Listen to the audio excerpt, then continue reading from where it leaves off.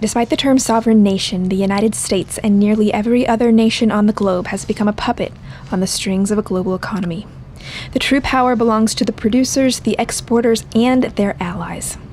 Today we are going to evaluate Russia's foothold in the global food supply chain, what it will mean for Americans, and how we can insulate ourselves from the impending shockwaves.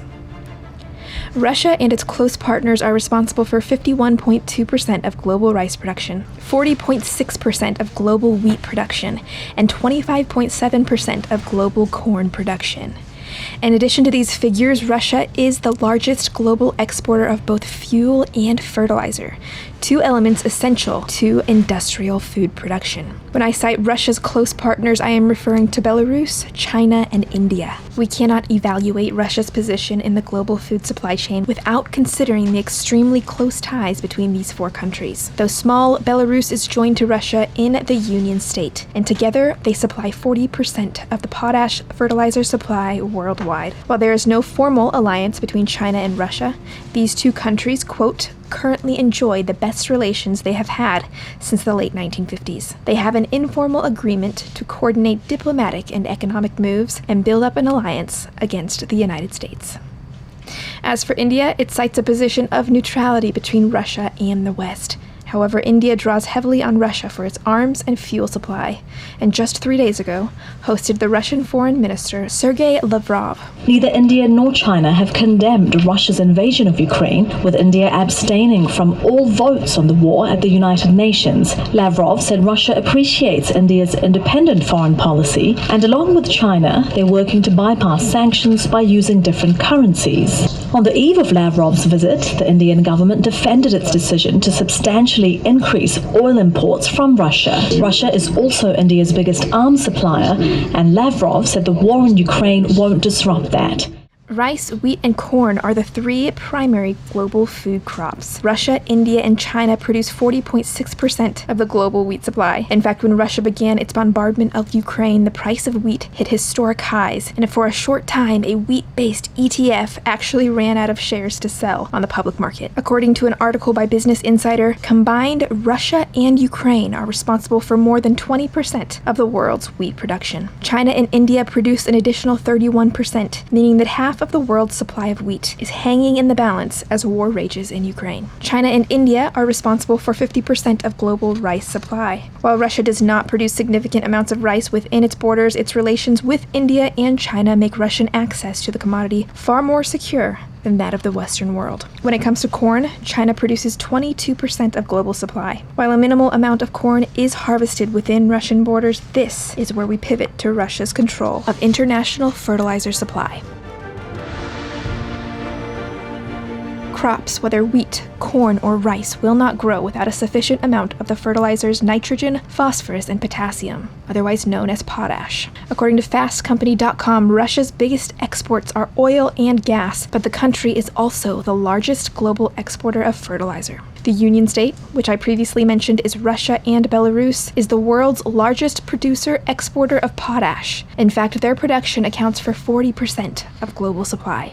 According to an article on Bloomberg.com, replacing the potash supplied by Russia and Belarus would take nearly half a decade at the very best, and in some cases prove nearly impossible, as Russia is a large source of mineral deposits found in few other global locations.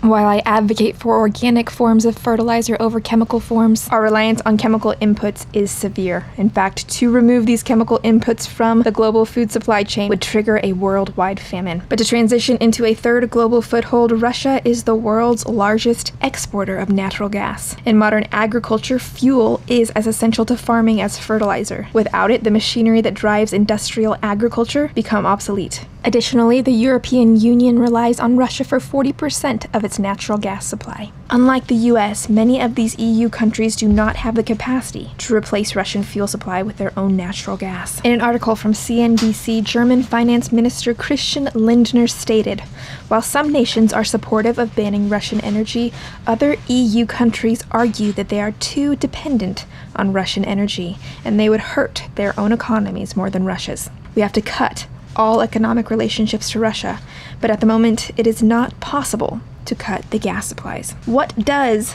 international volatility mean for American consumers? Simply, food prices will continue to go up. If the US or EU takes any significant measures against Russia, any sanctions that Russia puts in place to counteract would likely produce an unbelievable amount of food inflation. In fact, the unrest between Russia and Ukraine has already produced incredible spikes in corn and wheat futures. Food is going to become at best very expensive for Americans, with third world countries bearing the brunt of these shortages. Before the Russia-Ukraine situation, there were several global and systemic factors that were pushing us toward this convergence. The Russia-Ukraine situation only puts us on the fast track. As individuals, we really need to facilitate an inversion. What I mean by that is that right now, on a global agricultural scale, we rely on fewer and fewer farmers to produce massive amounts of food, and we need massive amounts of farmers producing food on a small scale. Organic alternatives to chemical fertilizers work famously on a grass-based protein production model. And what I mean by that is simply chicken, cow, pig,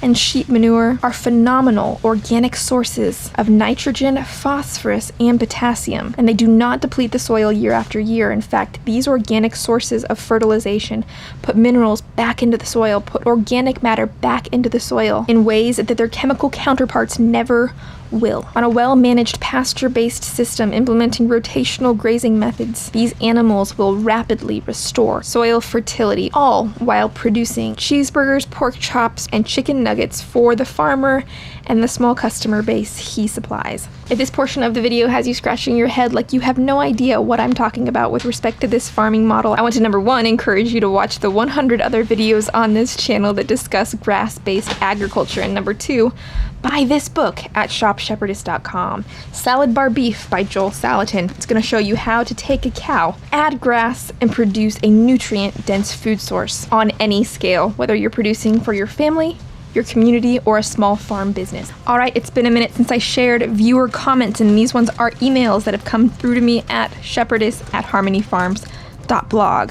Email me there, and I would love to feature some of your insightful advice here. This one's from Kirk, and it is in reference to the feed costs video that I have posted previously. And he says, a simple way to reduce feed costs for chickens by 15% is simply adding warm water to the feed. He says the dust and small particles of food that would normally be kicked out or lost to the wind are now eaten by the birds. It works well with cracked corn as well. Just let it mash and set overnight. Second comment is from Tim at goatpros.net, and he is actually a full-time goat herd, running his goats on land that does not belong to him. It's not like it sounds. He says, I started with 6 goats over 10 years ago, slowly grew the herd. People thought I was nuts when I quit my nursing career at Mayo Clinic to herd goats full-time. That was 3 years ago. Now our business is expanding, and its use is rent-a-goat for brush control. We have about 150 goats, and they are booked solid for the next 2 grazing seasons. City parks, golf courses, state parks, and lots of residential customers hire our goats for brush control. The market prices for the animals are great, plus we get paid $30,000 to $50,000 a year to graze land that's not ours. Check them out at goatpros.net or goatpros on Facebook. Again, guys, email me, shepherdess@harmonyfarms.blog. I don't reply to every email, but I do read them and may feature you here.